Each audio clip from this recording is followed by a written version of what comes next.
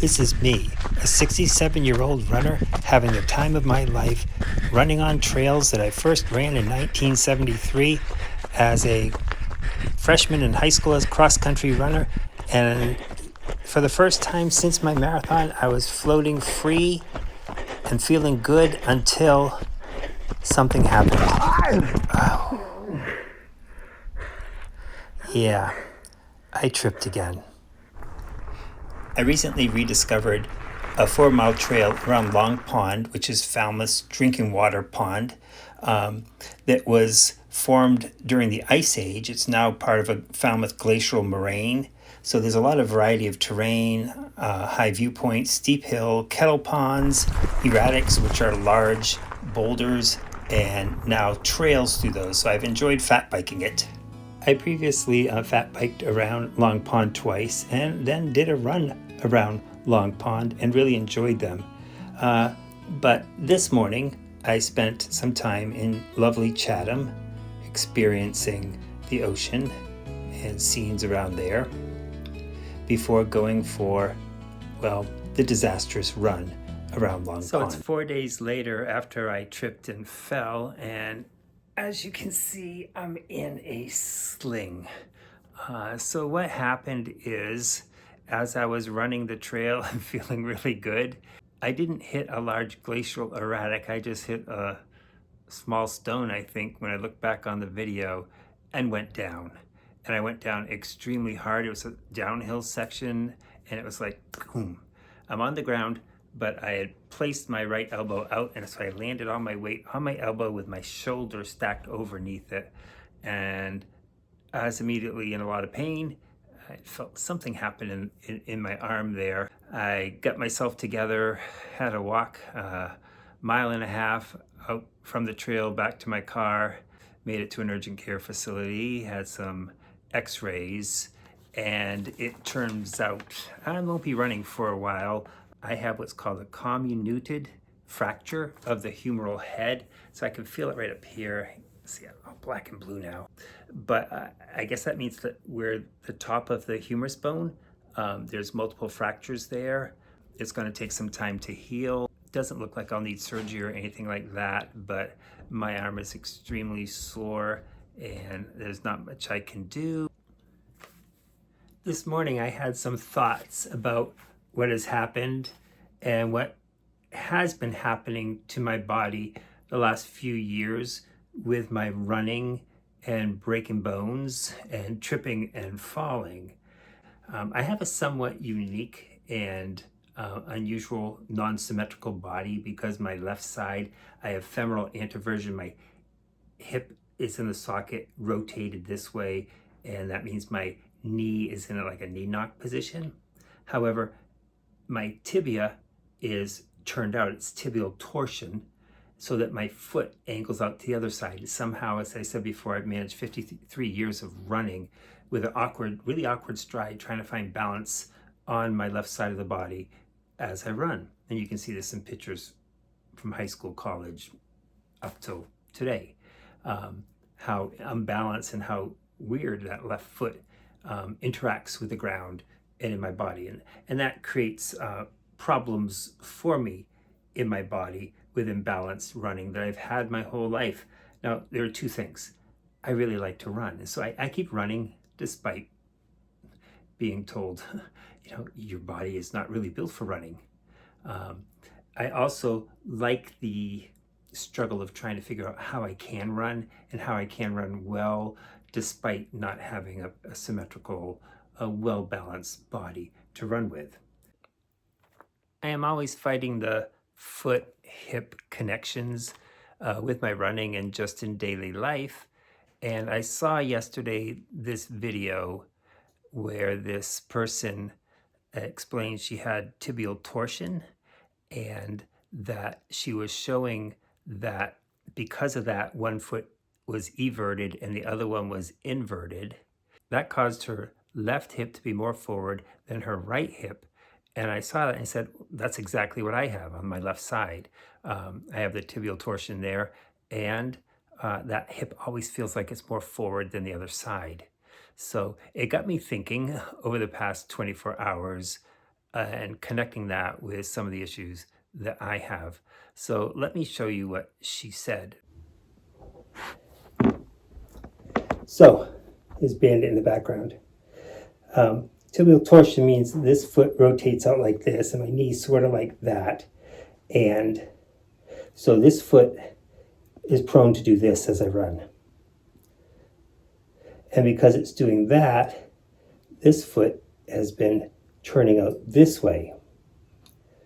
Okay?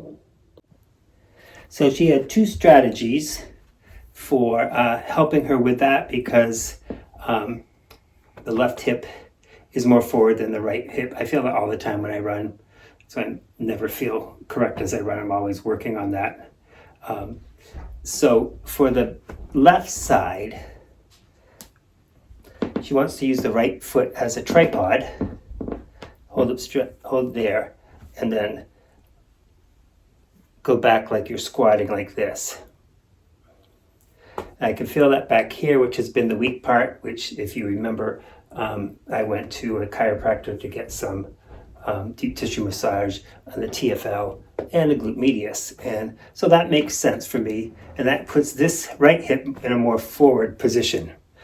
The other way is for the right side, now to use the left foot as a tripod just for stability, and to go down like so onto your forward foot. And again, that's placing your right hip in front of your left hip. I don't know if this works. I'm listening to someone else who has a similar problem, and that's what works for them. So we'll see, but it makes a lot of sense for a few of the injuries that I've had. First off, fall of 2024, I was 3 weeks until I was going to run the Cape Cod Marathon. I was in wonderful shape. And I had just done a 20-mile run. Midweek, I did 20 times 400. And the weekend, I did a 5-mile race and did a 5-mile run the night after the race. I had a blister at the back of my foot for about a month, and it was hurting. So I decided to go to a doctor to get it looked at. They took care of it, made sure it was okay, then said, you seem to be limping, let's get your x-rays. They took x-rays, called me back that night and said, your fourth metatarsal right here has a complete break in it. Something I hadn't felt. That whole year from the winter on, I remember on a lot of my runs, I would get a mile into a run, and on the side of my foot, I'd feel like a spasm. It'd be really hard to run. After about maybe a minute, I'd hear like a click, and then be running smooth again. This happened for months and months and months. So I'm wondering if I do have neuropathy, so maybe I never knew my bone was broken. I've been running. But that makes sense, because if I'm running on the outside of my foot, due to the tibial torsion on the other side, that may have put a little stress there and created the break in that foot.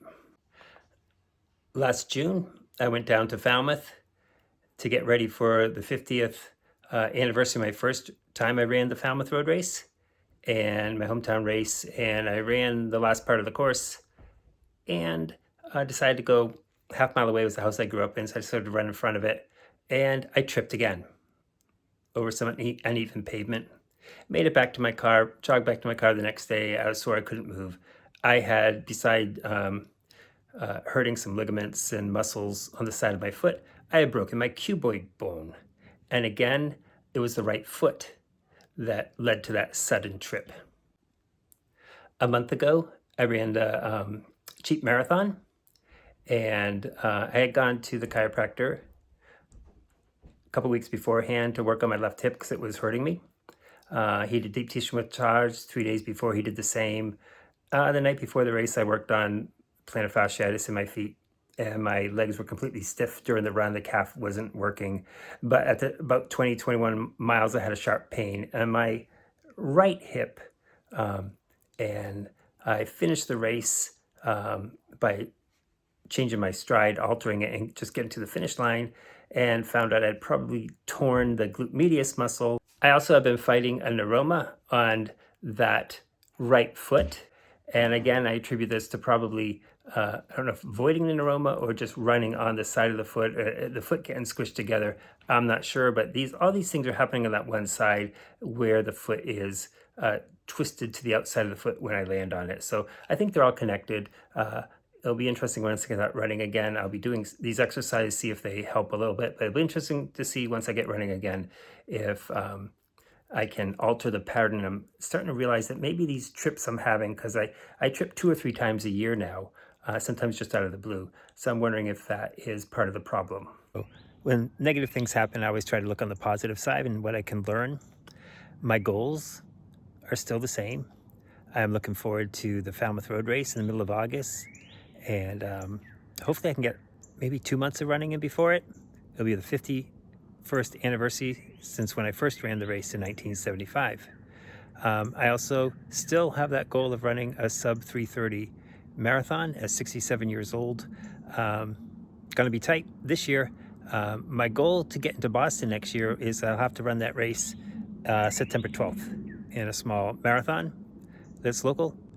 We'll see if we can get in shape by then. The really good news is that I've really adjusted my eating like I did in 2023. And since the marathon, I've already lost about 15 pounds. So I have a long way to go. So maybe when I can start running again in a couple of months, I'll be running faster and I'll be going easier because I won't be carrying around much weight. So here's hoping for the future and no more trips and broken bones. 3 and 2.5 years is way too much.